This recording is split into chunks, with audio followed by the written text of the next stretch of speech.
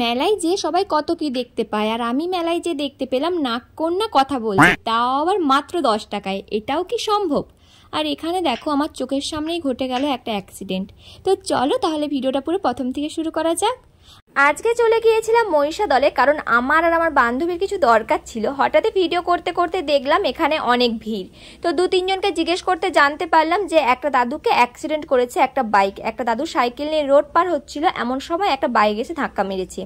যদিও বা ভগবানের ইচ্ছে দাদু ভালো রয়েছে, কিন্তু আমার একটাই কথা, এমনভাবে গাড়ি চালাবো যেখানে অপর একজন মানুষের ক্ষতি হবে, এরকমভাবে তো গাড়ি চালানোর কোনো মানেই হয় না। নিজেও ভালো থাকো, অপরকেও ভালো রেখো। যাই হোক, দেখা হয়ে গিয়েছিল আমার সেই বান্ধবীর সাথে। তারপরে আমরা করে নিয়েছিলাম প্রথম কাজটা, কারণ সামনেই ছিল দাদার জন্মদিন, আর সেই জন্য ও দিয়ে দিয়েছিল কেক অর্ডার।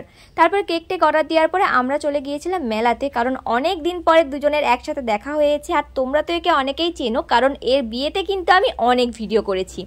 যাই হোক, শুধু কি গল্প করলেই হবে বলো, কিছু তো খেতেও হবে। নিয়েছিলাম মোমো। তারপরে সামনেই যেহেতু মেলা হচ্ছিল, আমরা চলে গিয়েছিলাম মেলাতে। আর বন্ধু বান্ধবী জিনিসটাই এমন না যে যতই গল্প করো, যতবারই দেখা হোক যেন পুরনো নয়। রক্তের সম্পর্ক ছাড়াও এদের সাথে যেন একটা অন্যরকমই সম্পর্ক থাকে, সেটা ফোনেই হোক কিংবা সামনাসামনি হোক, গল্পের আর শেষ হয় না।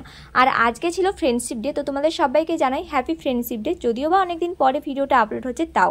আর এখানে তোমরা দেখতে পেলে লেখা ছিল নাককন্যা কথা বলছে। এটা দেখার পরে কিন্তু আমার প্রচুর হাসি পেয়েছিল।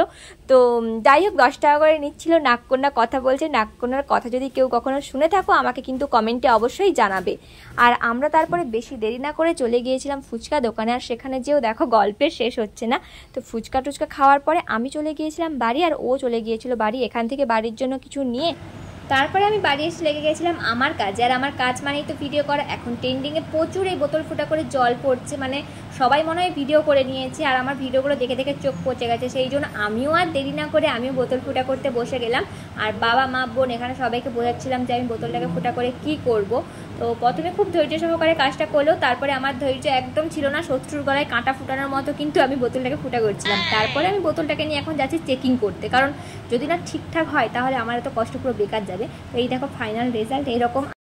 গাইস, এর আগেও আমরা একটা বোতল করেছিলাম, তার অবস্থা আমরা মানে এইরকম তার অবস্থা আমরা করেছি। তারপর নেক্সট বোতল হচ্ছে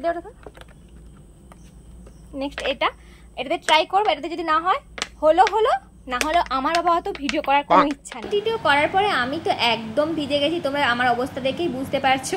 আর এই ভিজা দেখে আমাকে তো মা মানে বিশাল বকেছে। তো চলো আজকের ভিডিওটা এতটাই, দেখা হচ্ছে নেক্সট ব্লগে, টাটা।